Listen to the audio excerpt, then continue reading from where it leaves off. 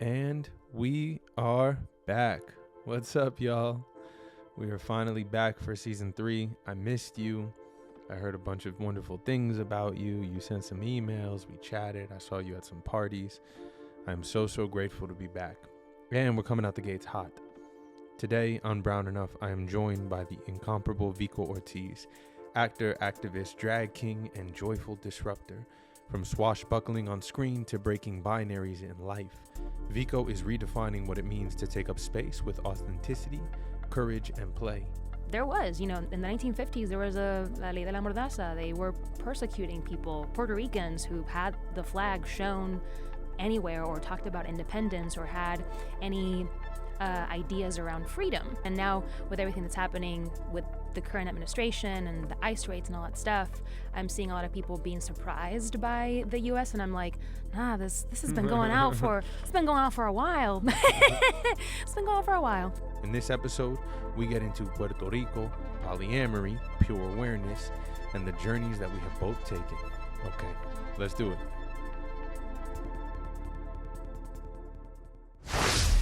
Why those two? I was trying to find a mix of something, an essential oil that my mom had gifted me years ago, and I couldn't find the same. But then in the mix of those two, I was like, oh, I'm getting a little bit of flower and a little bit of more earth tones. So I was like, this is perfect. And so ever since, I've been wearing that same scent.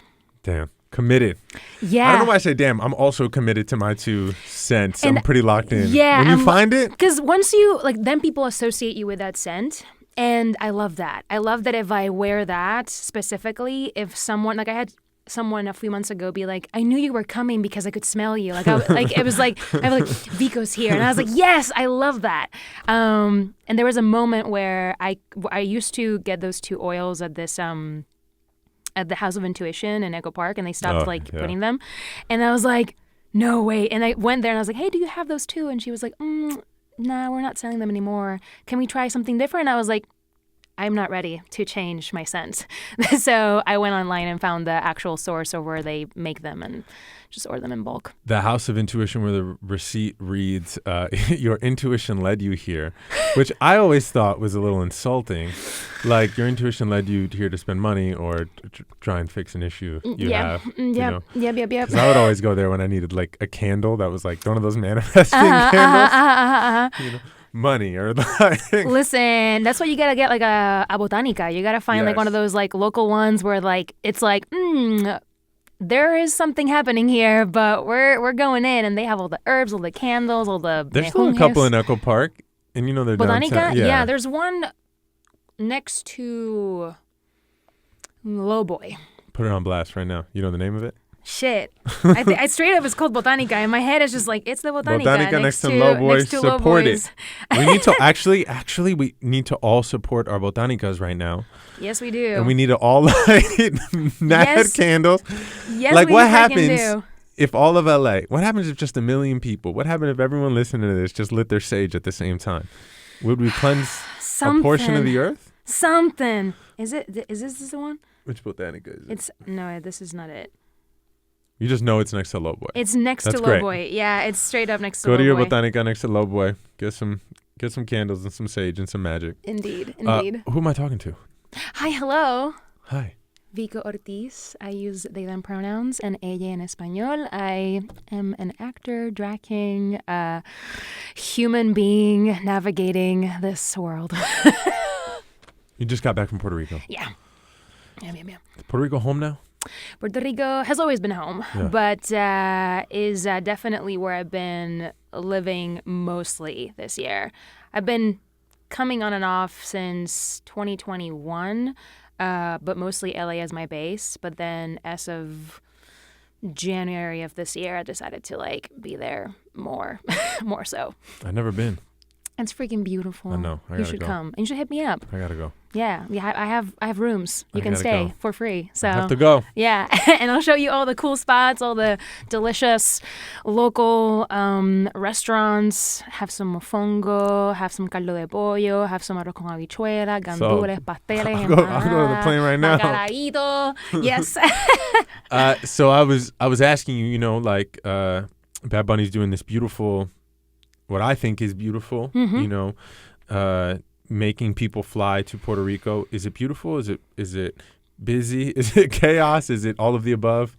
A little bit of everything, of course. It's really awesome what he's doing, and I really love that he could have gone on tour all over the States, and he was like, nah, I'm going to do it here. And it's been so amazing to see so many artists from all over going to Bad Bunny's concert and performing for the concert, and just seeing everyone's like discourse about like, who is he inviting? Who is going to be performing this particular song or whatever that may be, especially the one, I feel like the one that hits the chord the most, at least for me, is the song Lo que le pasó a Hawaii. Mm-hmm. And seeing which artists sing that song is so impactful. Although I was very surprised that Luis Fonsi sang the song. I was like, okay, interesting. Are you starting to take a little stance on the political issues in Puerto Rico and the colony and all that jazz? But we'll see. But the day that I went to the concert, Anita Nazario was the one who sang it, and she is one of my all-time favorites. Cool. Very nostalgic. So seeing her singing that song, I got really emotional. The whole concert it's a love letter to Puerto Rico, and having people come from the outside is fantastic. But of course, there's a lot of issues within Puerto Rico, especially with Airbnbs and Act 22, and a lot of foreigners taking advantage of the tax evasion they can do in Puerto Rico, where people that are local do not benefit from that. So oftentimes, yes, maybe it brings economy, but most of these Airbnbs are owned by foreigners, not by locals. That don't even live there. They don't even live there, yeah.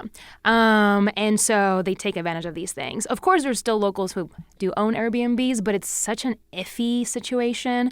It is nice to see foreigners also checking out local restaurants, but then they then it's like places that I used to go to where it was busy, but it wasn't super crazy. Now I'm like, oh man, I have to wait so long to get my usual, and there's a bunch of gringos who don't even speak Spanish, trying to be like, can I have some arroz con habichuelas or whatever? But yeah, it's a little bit of a mixed bag. I think I'm working on a piece right now for a publication, and I know you're on Substack. Yeah. I love it. I got to follow you back. I saw this morning, so. For this it's not for that. Maybe I'll share it on there, but it's for this organization called Zocalo. You know Zocalo? I don't think I do. Super cool. Okay. I can connect you later. They do these amazing events all over the world. Anyway, I'm writing a piece about the irony of the country we live in, where we say, I use the term bodies of culture, not bodies of color. I believe that what whiteness has always wanted is our culture, not our color. Mm-hmm. They love our arroz y habichuela. They love, they love the pho and the ramen. Mm-hmm. They love the music. Mm-hmm. They travel to Puerto Rico for the music. Mm-hmm. And in the same time, I know there are people in those crowds at the Bad Bunny concert who politically are voting against that body. Yeah. They're voting and using their money in ways to sort of harm that body. Mm-hmm. And the bodies that come from that place, the culture of that place. Mm-hmm. And we say, who belongs here? Make the walls tighter or larger, immigration this, immigration that. And then we go, you want to go get a burrito? Do you want to go, get some Korean food? Yep. And that irony. So it's this piece I'm writing, and I know those people are in those crowds. And oh yeah, I feel like it just feels much more apparent now, but it's always been like that. For me, it's always interesting because aside from being from Puerto Rico, born and raised, I used to be an athlete as well. So I represented Puerto Rico and the island. Well, I don't know that. Back in the day, I was a fencer. That's yeah. I used to sword fight. That was my thing. And so I was part of the Puerto Rican national team of fencers, and I traveled a lot and represented the island. And I've always had a deep sense of pride from being from Puerto Rico and being able to have my flag being shown in these competitions and represent. And I know that there's a lot of Puerto Ricans who are so filled with pride with that too, and at the same time they want to become a state, or they want to assimilate fully to what the U.S. has been imposing us for hundreds of years. And it's so bizarre for me because I'm like, well, if we become a state, then the flag that I'll be representing in these competitions is not going to be the Puerto Rican flag anymore. Yeah. And that feels so off to me. And similarly, you go to the Bad Bunny concert and there's so much call to action about being proud of being Puerto Rican and our culture and the way that we show up to the world and how we enrich it. And then you have people that are, with the pava and everything. They don't even know what the pava means, what jibaros are. And they vote against, they're voting for all of that to one way or another be erased. And it's so bizarre, but yeah. Think that happens in this lifetime where it becomes free? Yeah. My goodness. I would love for that to happen. No, not love. Like we think, does it happen? I don't know. It's rough because I see in Puerto Rico there are so many incredibly powerful communities that take care of each other so much more efficiently than the government has ever done. And at the same time, which is where I think the world is going, but needs to go, is sort of micro communities of care. Absolutely. It gets reflected. I've seen people take care of each other and their neighbors so much better than after Hurricane Maria, after all the earthquakes, after everything. The communities have been the ones that have been spearheading all the care and the nurture and the repair around all of this. And a lot of people that lead these communities, they know that Puerto Rico can be independent, but there's also so many other people who are so scared of what that could look like, because it's been hundreds of years of making us feel afraid. Yeah. Even one of the lyrics in Bad Bunny's one of the songs where he says they used to pursue us for showing our flag, so now that's why I'm putting it everywhere. I'm translating it roughly right now, but there was, in the 1950s, there was a La Ley de la Mordaza. They were persecuting people, Puerto Ricans, who had the flag shown anywhere or talked about independence or had any ideas around freedom. And this was the U.S. doing, right? They prosecuted us. They kidnapped us. And it's, we're seeing it over and over again. And now with everything that's happening with the current administration and the ICE raids and all that stuff, I'm seeing a lot of people being surprised by the U.S. And I'm like, this has been going on for a while. It's been going on for a while. Yeah, no surprises there. Okay, so you are a fencer. Yes. And then when does art find your life? Where does art find my life? I feel that all the time. No, like after fencing. Like I was like all the time. We can philosophize about this. You can also answer that too, yeah. But when did art find my life? Since the beginning, since maybe this is TMI, since conception. But my parents are both actors in Puerto Rico as well, and since before being born, it's been in my bloodline, and I always loved performing. I always loved storytelling. I've always been very mesmerized and in awe of art, any form of it, whether it's performing on stage or on film or TV or makeup or dresses or ethnography, like every single aspect of telling a story, whatever form it is, it's always been fascinating to me. And I always knew I was going to do it. Like, I don't think I have a memory of me ever questioning if I was ever going to be an artist. There were other things I wanted to do. Like, there was a moment where I wanted to be a veterinarian while also being an actor. I was like, I'll be a veterinarian in the day and an actor in the night. And I also was really drawn into physics and astronomy. And then I realized I had to know math. And I was like, just kidding. I love the theology of it, but I don't love the math part. But always, the underline has always been being a performer, even in my fencing days. because I knew that fencing could lead to stunt work, could lead to storytelling through body, right? And fencing has like a performative quality. Oh, absolutely it does. Absolutely it does. Yes, and I loved it. I think that once I began to feel disenamored with fencing is when it became very...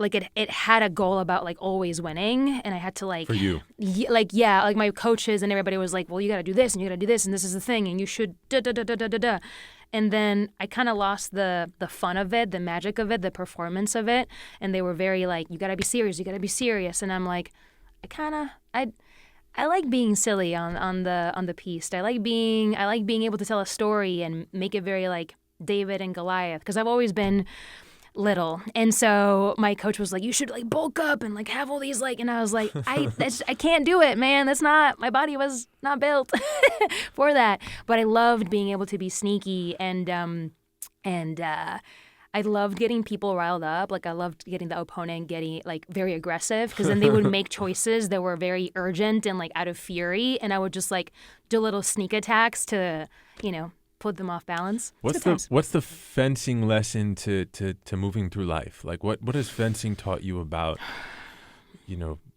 conquering life or being sneaky in life or whatever that is? Yeah.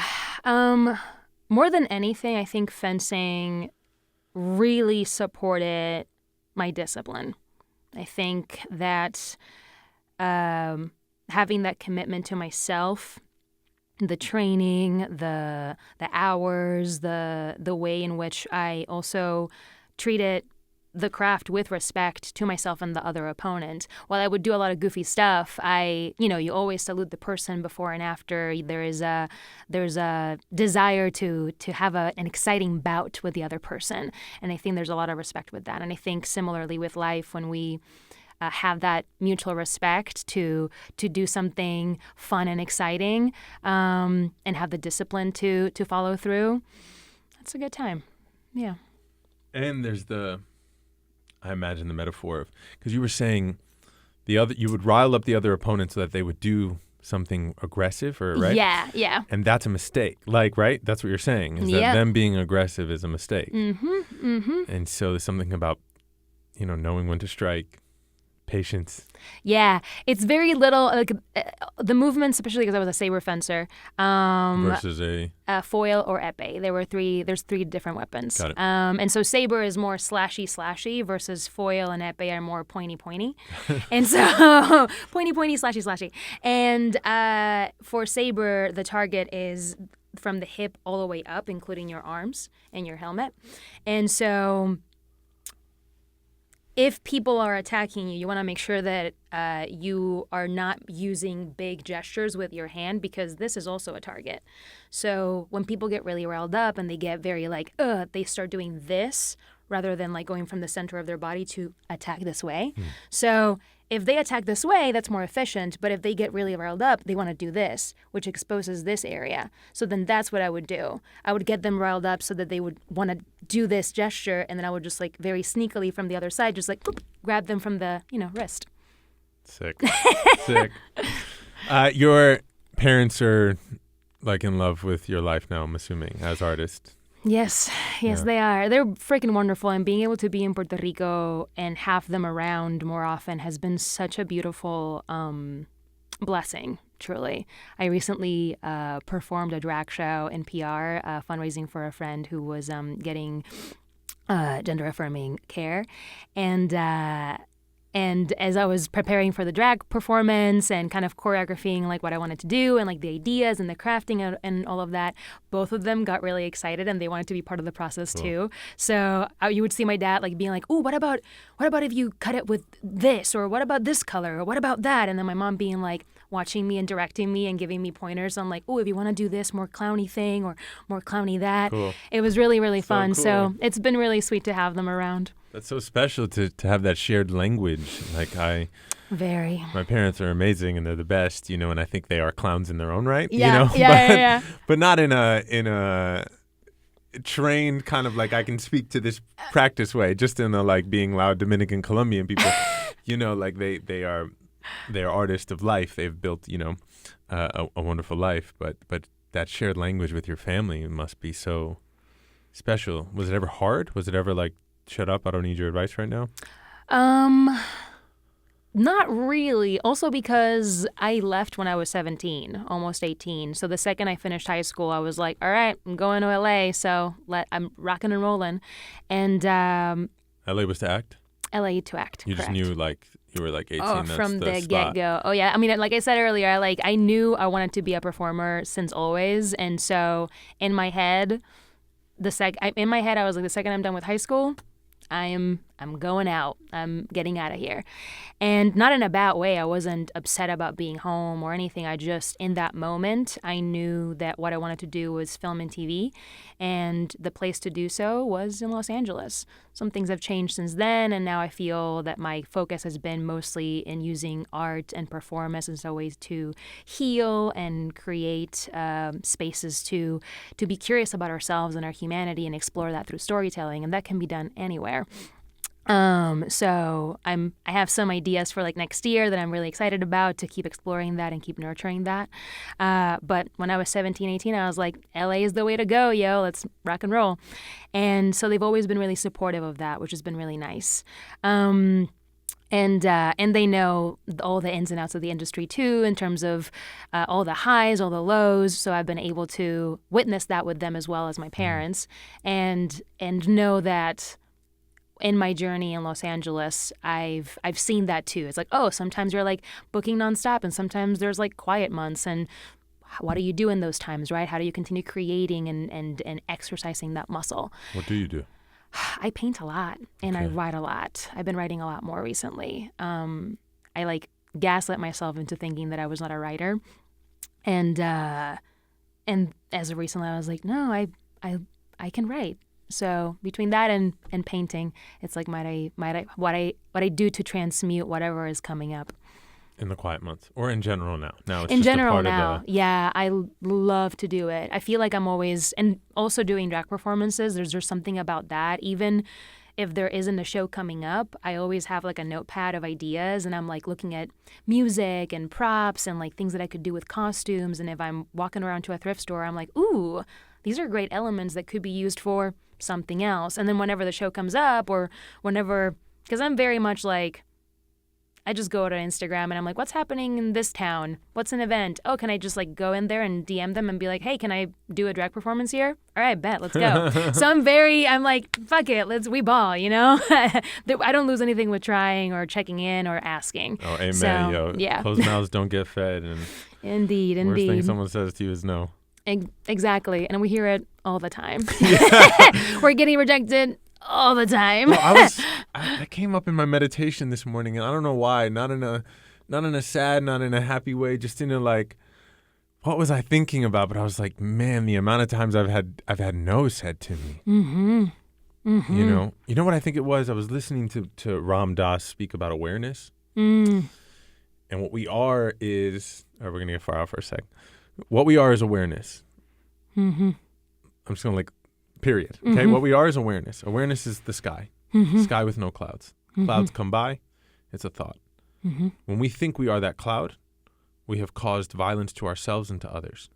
Oof. Because then there's another cloud, and then another cloud. Mm. We forget that we are awareness. Mm. I think I was thinking of no's as clouds. Mm. When we think we are the no cloud, we cause violence to ourselves and we cause violence to others. Very much so. And so you return to the sky. Mm-hmm. What Ram Dass says is like, it's as active of a meditation to just look at the sky for an hour and know that like awareness is sky, cloud is something you can identify with. And then he said this line that like absolutely wrecked me. And he said, we were always free. We imprisoned ourselves. Yep. Sounds about right. Yep. It's wild. And I love that imagery as well. It's really beautiful. I feel like the more, at least the last couple of years that I've been unshedding a lot of stuff, there's so much beauty in the parallels and the mirroring of nature and our own personal experience. And I feel that now more than ever, whenever I go on a walk or go on like a little nature hike or go to the beach or go to a body of water or just like sit and just let myself be held by nature and just witness all the aligning contradictions that just happen, that's when I'm like able to witness that within myself too, and be like, right, like my body knows what it's doing. My body is telling me like, oh, I wanted to cry in this moment to release, and I cut it off, right? I'm like, why am I judging that moment? Or if I want to have a belly laugh, why am I like making it lower so that I don't disrupt other people or whatever that may be, right? And nature is that. Nature is chaos and beauty and contradiction and alignment, and it's all happening at the same time, and it's free. It's just lets itself be. And like you said, we were born free, and then we shut ourselves down. We put all these things. We like, oh, you can't do this, you can't do that. You should be doing this, you should be doing that, and we stopped allowing ourselves to just exist. Is there something about your spending more time in Puerto Rico that is related to this? Like I have this, I think many people who live in LA have a love, hate feels aggressive, like love, less lovey relationship with Los Angeles. It at times can feel like a very, I feel like Los Angeles has a lot of people who wish they're not who they want to be yet. And that energy is pervasive. It's a town built on people's dreams, which is beautiful. Yeah. And frightening. Yeah. Yeah. Because it's a bunch of people who wish they were something else. And so yeah. Was Puerto Rico a way to get closer to the body, closer to what you are? You know what's wild? Actually, what's allowed me to get closer to my body and my understanding of my own humanity has been polyamory. Yeah. But then it just so happens that I've been in Puerto Rico much more, and in that same journey of figuring out the ways in which I've molded myself in the past to be in right relationship with other people, but not in right relationship with myself. It also mirrors into, for example, the industry, right? All the ways in which we mold ourselves to be in right relationship, to be who we want to be based on like what the industry tells you to be. But then you're not in right relationship with yourself. You're abandoning yourself and your needs around that. And we are okay with breadcrumbs. We're okay with rejection. We're okay with being, given a little something so we can stay there long enough and experience those highs that we experience, and then like get dropped down to some gnarly lows, which is the same as a toxic relationship. You get breadcrumbs and you just get enough to get excited, and then like you get an amazing date and you're like, oh my gosh, this person is in love with me, and all of a sudden they ghost you for like a couple months, and you're like, okay, but then they send you a text being like, hey, you up? And you're like, okay, well maybe, okay, yeah, let's go. And so I feel that polyamory really began to give me the access to witness these mirrors and these parallels and the ways in which I have abandoned myself in order to be in this society, right? And it's happened in little ways too. When I began exploring my sexuality and then my gender, and then I begin to see that, the same way that I've been suppressing my masculinity because I'm supposed to be feminine, then I began suppressing my femininity in order to like be more masculine, depending on like what society thinks. But then I'm always suppressing a part of myself rather than just letting them be. And in drag, when I began performing as a drag king, all of those shoulds and shouldn'ts got taken away, and I was just letting myself be. And I was like, interesting. Why am I not doing that in my day-to-day? And then when I began to trickle that down, it started to mirror itself in my emotional experience. Oh, when I am supposed to be happy, I'm not allowing myself to hold space for feeling sad. If I'm supposed to be in love, then I am not allowing myself I'm suppressing grieving because I'm not supposed to be doing those two things at the same time. And so I was always morphing and compressing and shifting and changing in order to like have the one experience, when reality we're complex, contradictory, expansive human beings that can hold multiple things at the same time. And then in polyamory, I was like, oh shit, I can be deeply in love with someone and experience complete heartbreak with another at the same time. And it began to then peel away all the ways in which I was like suppressing parts of me and really expanding into holding space for multiple contradictory emotions, or contradictory because they blend each other, right? And they inform each other. They allow you to understand what your needs are, what your boundaries are, what your care looks like. And not just within yourself, because then once that starts to happen, then you can see it with other people too, right?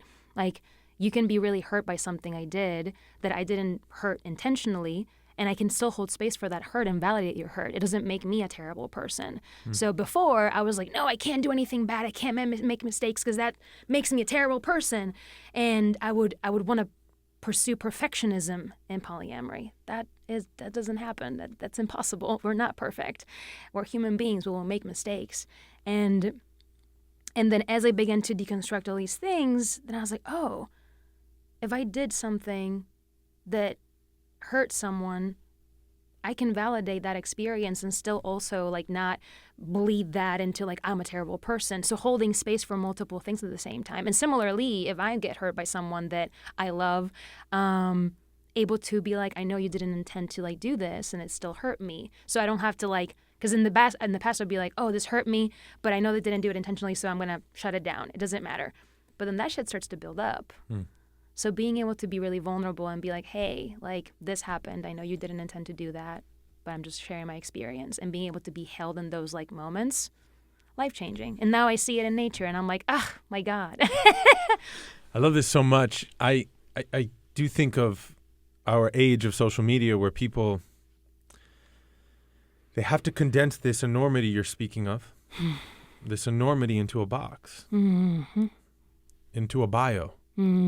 Into how many words for Instagram? 35 or, your 100 for Twitter. Like, you have to condense your enormity into actor, into writer, into essayist, into mother. That's a role. Into father, into partner, into husband, into friend, into lover, or I am therapist of this, right? Like, our enormity, we have to find our way and we perform that way.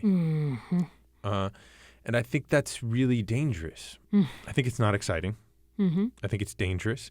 I think that's how you have so much division and violence and hate and lack of kindness because if you are a white supremacist, you have to be white supremacist by all cost. And I know deep down inside there's like love in them too. Absolutely. Absolutely. But they're holding on to their role so hard.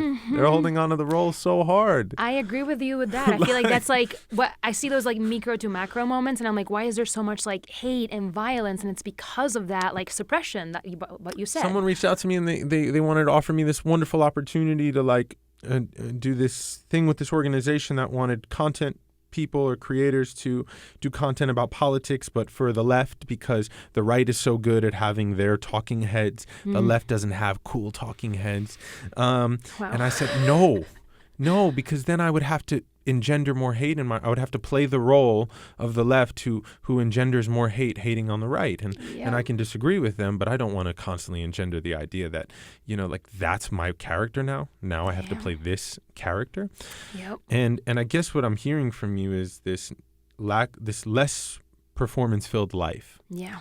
Where I'm not a single character. I think that's what this podcast and Brown Enough really engenders. That's why I use the word brown, is because we do live in a white-black world. We do live in a he-she world.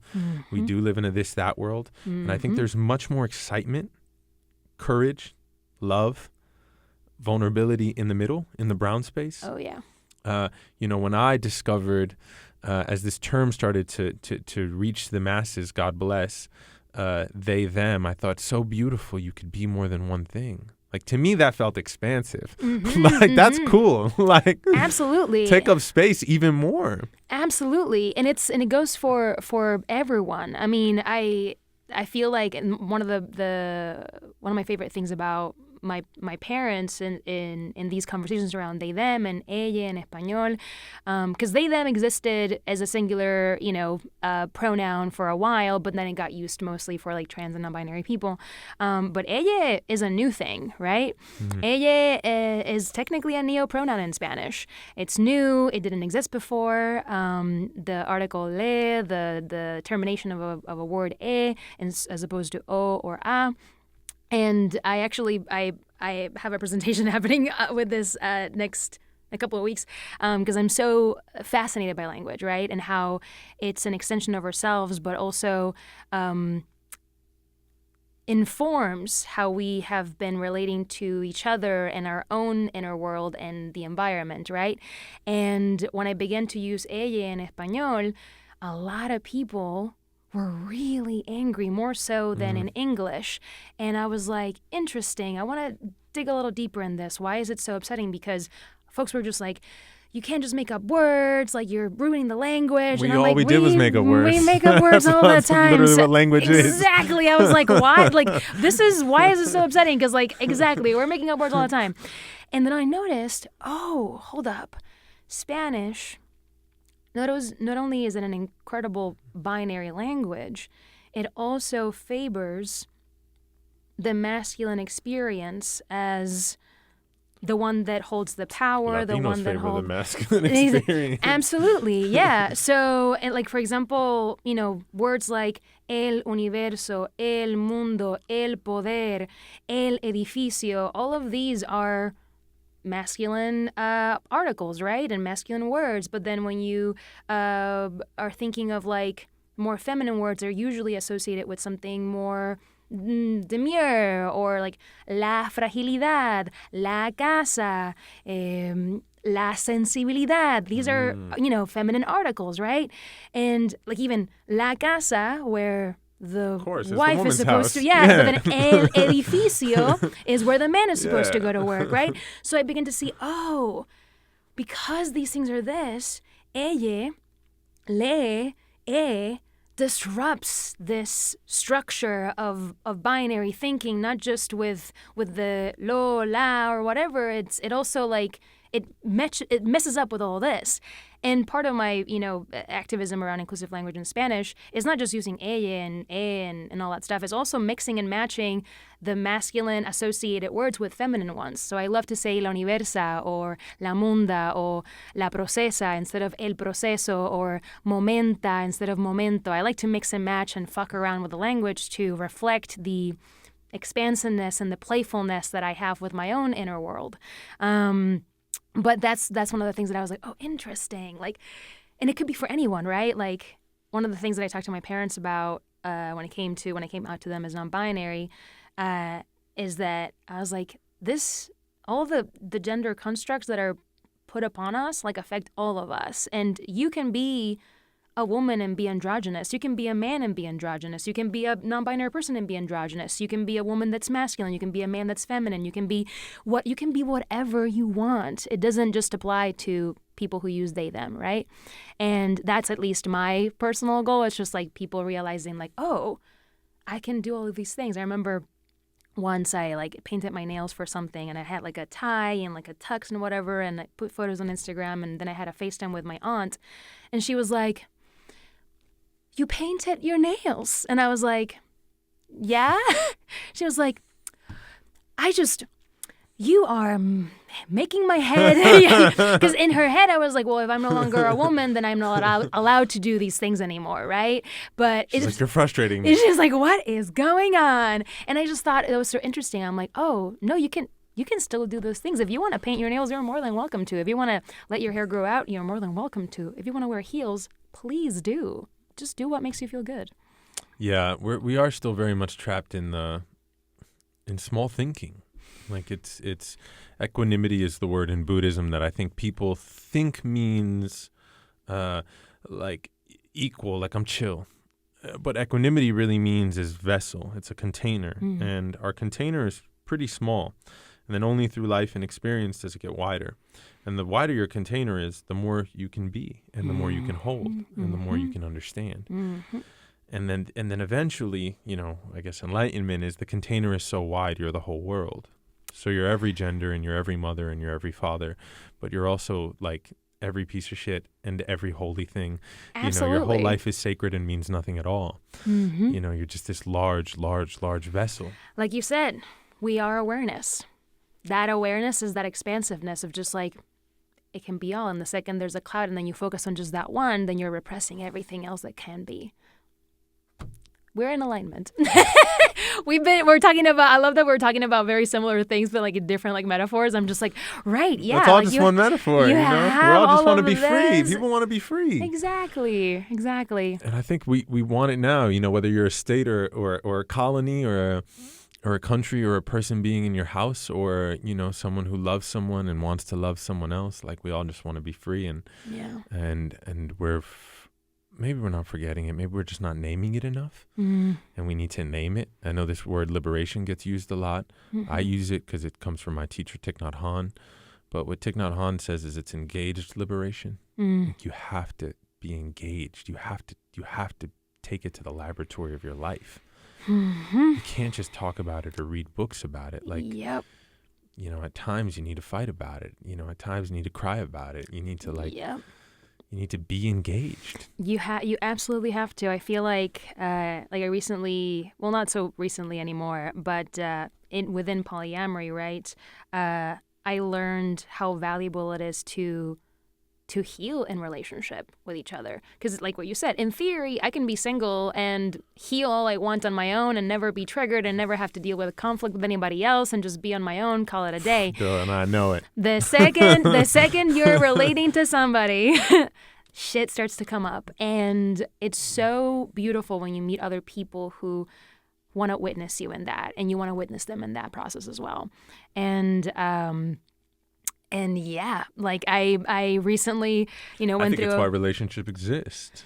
They have to. They are mirrors. Like that's why we were talking about it earlier. Like I feel like we're all mirrors to each other, and not just people, but nature. And when we see these things like in correlation to ourselves and our own inner world, that expands that awareness. When clouds come up, and you have to acknowledge, the cloud came up, and now I'm focusing on this. How do then I release this cloud within myself? And hopefully you have someone in your life who tells you you're not that cloud.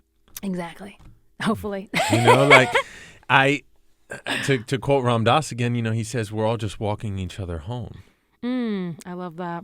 That's the only thing we're here for. I love that. Is to walk each other home. And so thank you for walking me home, he always says. Everyone. I love that. That's really beautiful. I feel like it also, in the healing journey, right, oftentimes that coming home is like coming back to your like childhood self and that sense of playfulness and that sense of wonder, that awareness that we were born with, and then clouds come up and things come up and you start roles and characters. Oh no, all this stuff, and then you're like, wait, hold up, and then as you start the healing and witnessing those clouds and saying thank you, you did your job for what it was. I don't need you anymore. Releasing this, then you go back to that home base. You get walked home, or you walk yourself home with other people and go back to that childhood self that is just like this expansive sense of wonder that doesn't judge or doesn't shame you or blame you for doing things. And I think that's a really beautiful image. Does polyamory influence I'm sure it does, because I think art is everything. Art is the spiritual practice. But what is the relationship to that as an artist? I guess maybe I am polyamorous in my art. Like, I deeply love the written word, and I deeply love someone else's written word. And I just I don't paint, but I love it. I read a comic book the other day. Like, what is your relationship to that? Or is that what it is to you? Is polyamory it's not actually just about the relationship of human to human. It's relationship to life. It's everything. It's for me, it definitely feeds into my art as well. And how I behave in community, like with my friends, with my family. It's really giving me perspective on how to repair, how to care, how to advocate also for what my needs are, how to listen and be intentional and be able to hold multiple truths at the same time. And it impacts my art, it impacts my writing, and It impacts the way that I explore art as well, because then you have like, well, it should be this, it should be that. Why do we keep saying it should, it should, it should? Why don't we just like try something and see where that takes us? And it doesn't need to be the same, right? Because of course there's various ways to explore art. And even in writing, there's essay, there's poetry, there's monologue, there's theater, there's TV, there's comedy, there's drama. There's various ways to explore writing, and you can tell the same story from various ways. And even you can tell a story but using dance instead, or you can tell the same story using lyrics instead, or just music, or whatever that may be. And I think that polyamory gave me that like, oh, I want to tell stories. I don't always have to tell stories this one way. I can tell them in these other types of ways. And I can learn something new from each of those perspectives, even if it's the same story, and hold space for those things that come up in different ways because of that. And similarly with like work relationships, like I love collaborating, I love working with other artists, and polyamory gave me that experience of just like, oh, we can approach things differently. How can we delegate? How can we be like, hey, this thing that you did, I love, this really works for me. I'm advocating for this. I need this for the next time, whatever that may be. What are some, I don't know, tips and tricks for communicating in that way, either with yourself or with others? I feel like what's really helped me is having the physical imagery of curiosity versus judgment. So if I approach a conversation with curiosity, I'm leaning in. If I approach a conversation with judgment, I'm leaning back. I am judging, I'm criticizing, I'm separating myself from that experience rather than being curious and being like, what's up with this? I want to know more about that. And that's what's helped me kind of be like, oh, if something happens that made me uncomfortable, how can I be vulnerable? And that vulnerability is curiosity with myself, with my own inner experience, even if it hurt, even if it felt great, whatever that may be. If I judge it and start criticizing, then I am shutting my own vulnerability down because I'm either afraid of being rejected or being hurt further. And I'm also not giving space for the other person's experience as well. So I think that's been like the biggest thing. And if that could be across the board in any relationship, like work, family, friends, lovers, whatever. Curiosity, not judgment. Mm-hmm. Can I stay curious? Or am I curious? Asking the question. Is this a curious question or curious relationship? Yeah. Like, for example, back in the day, I used to have a hard time voicing that I experienced jealousy because I was like judging myself. I'm like, well, sometimes I'm like, judging myself. I'm judging myself. I'm like judging myself. I'm like, what do you mean I feel jealous? Like I have nothing to be jealous about, right? And that comes with that like urgency, right? And that like, well, no, I can't do that. I can't feel that. And then I'm judging myself in that experience. And then if someone else comes with, hey, this made me feel jealous, I'm also judging them from their experience. Because if I didn't let myself feel jealous, how are you letting yourself feel jealous? Which also going to the macro, right? What you were saying earlier with the left and the right? The reason why there's so much violence and hate is because we are repressing those things that make us vulnerable, right? And so the same way that I don't let myself be jealous, then why are you jealous? Because I didn't do that. I suppressed it. Why are you not suppressing it so that we can have an easier relationship? No.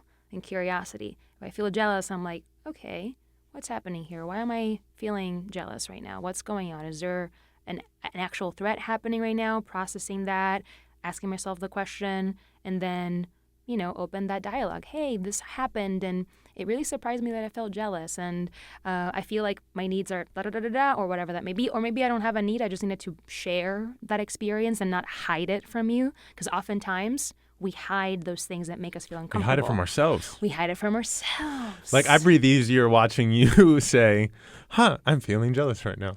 I wonder why. It's just like, interesting. And then when you start peeling away those and you start practicing no longer judging yourself or shaming yourself, because shame feeds itself in isolation. And we hide constantly. We're hiding constantly, and we breed that shame within ourselves, and that's why we also shame other people. It's like, why are they feeling like that? Like, I didn't. I suppressed mine. Why are you not suppressing yours? But when we start expanding that and opening that up and being like, hey, this thing that happened like made me feel this way, and I know you didn't intend for doing that, and then it becomes much more of a comfortable dialogue. It is uncomfortable in the beginning because it's something new. Like, I remember the first times I began to talk about these things like freely and openly, I was like, you're seeing too much of my humanity right now, and this is so uncomfortable. I want to be perfect. And then I released that, like that white knuckling, right? And then all of a sudden things started to flow. And I was able to hold space for other people's experiences as well, whether they were jealous or experiencing compersion or whatever that may be. And you feel Compersion? Compersion meaning is the experiencing joy and excitement for someone else going with someone else. It's kind of like if you're both having a meal and you're like enjoying your plate of food. I don't want to taste your plate of food, but I love that you I love that you're loving it, you know? Compersion. So that's kind of like that. I love that you're loving it. I love that you're loving it. But that's a highly evolved feeling, I think. Like, I tell this story all the time about a friend of mine, Bere, and she had booked this pilot the year before and it didn't go. They shot the pilot, didn't go. And then the next year she was up for a pilot and she didn't get it. Someone else got it. And she said, I was so happy knowing that someone was going to get the phone call I once got. Yeah. And that they were going to feel so good. And I believed her. You know? Yeah. I was like, that's wild. But I believed her that she was like, could see them getting the phone call that she once got, you know, that many of us have gotten, and it feels good to get that phone call. And she was happy that someone else was getting that call. And I thought, that's so beautiful. That's like a high. Hells yeah. Hells yeah. Highly evolved place. And we're not taught that. We're taught to compete against each other. We're taught to we have to be like, we got to be the first, we got to be the one, we got to be the. And so it makes it harder for us to then experience these like moments of joy, like genuine connection of just like, oh my gosh, this person got to experience the same thing I got to experience. Or I haven't gotten to experience it yet, but I'm so glad they got to do it. Well, that's what keeps me involved in my spiritual practice is one where flowers get to bloom for me more consistently when I'm less selfish. When my life is less me, I can celebrate more things more consistently. When I am me, I can't celebrate as many things. Like being selfish is limiting on my joy. It's like a limit capacitor. Like it has its limit. And then removing the knob, there are flowers blooming everywhere. Absolutely. And it has, I have that imagery of when you said that, it's that hoarding, which we see it collectively as well. It's just like, well, it's got to be this, me, that. And speaking about boxes and putting all that stuff, all of a sudden you do this and you're holding on to this that's like yours. But then, like you said, when you release all of that, so much. And then when you release all that and then you get to see everything where it goes, it's like, oh shit. Then you open up and then you have all this beautiful experience. Almost a lot. It's also a lot of effort to hold our character. My God, yes. You know, that whole thing we were talking about. To be Chris, who does this and lives like this and this is his action, is so much effort to keep the box contained. Yep. And then when you get rid of the box, it's like, oh, my shoulders can drop a little bit. Exactly. But goddamn, so many boxes are we holding? And when you finally let go of several, then there's another one that they're like, well, here's another box, and you're like, wait. Why am I holding this again? Why? Who sent this? Let me let go. I love that imagery, though. I love that of just how we're so tense and holding on to these things. Yeah, the giant shake weight. We're holding 70 million shake weight. Absolutely. My God, our muscles are spasming. What's your trick to letting go? Oh, God. And then we're going to wrap it. Oh, fantastic. I don't know if it's necessarily a trick to letting go. I feel like one of my most recent practices has been allowing for my emotions to be when they're happening. I used to be like, oh, I'm about to cry. Let me wait until I'm in the car by myself and like do that there. I feel like practice of letting go is like, oh, if I'm feeling something coming up, let me just let it happen. Why am I holding on to that box of like I shouldn't be crying in public? I'm saying this specifically because I'm like, that's one of the hardest things for me to do. And there's that like imagery of like, well, I can't be seen looking vulnerable. And as of recently, I've been letting go of that and kind of like in my morning practices, I just like sit down and, you know, just touch the earth and just be like, you know, imagining the earth holding me and the wind and the breeze, whatever that may be. And just if something comes up, I let it come out. If I want to scream, I scream. If I just want to like breathe, I breathe. I just return to the body and just like witness what's coming up and allow it to happen rather than like, ooh, no. And that's been slowly but surely bleeding down into my day-to-day throughout the day. So if like I'm doing something or having a conversation and I'm feeling like, ooh, I'm feeling very moved by this right now, I just let it happen rather than like, ooh, I can't do that right now. So, yeah. Amen. Any questions for me? So many. I mean, I feel like, I guess question for you. Your best one. You've seen me. Many stages. How's it been like for you? To watch you? Yeah. Evolve? And how has that informed you as well? God bless you've evolved. It's so boring if you didn't, you know. Like I think that's so exciting to me. You're listening. And if you have the courage to listen, then it gives me the courage to listen. And if you have the courage to take risk, then it gives me the courage to take risk, right? Like I am a reflection of the people around me. Mm-hmm. And so, you know, I bow down to you for your evolution and for listening to your evolution and your spirit and I, you know, run this back in 20 years and it'll be like, where will you be then? And you likewise, know? Where will we be? We don't know. Here's to being mirrors of each other and allowing ourselves to see the awareness in me and the awareness in you. I am so on board. Yeah. So good to see you. Gracias. And that's our time. That's episode 1, y'all. Guess what? We'll be back next week, and then the week after that, and then the week after that. And I cannot wait to be in community with you. All right. As always, send us an email if you want to chat. Hit me up with a DM. Much love. Peace.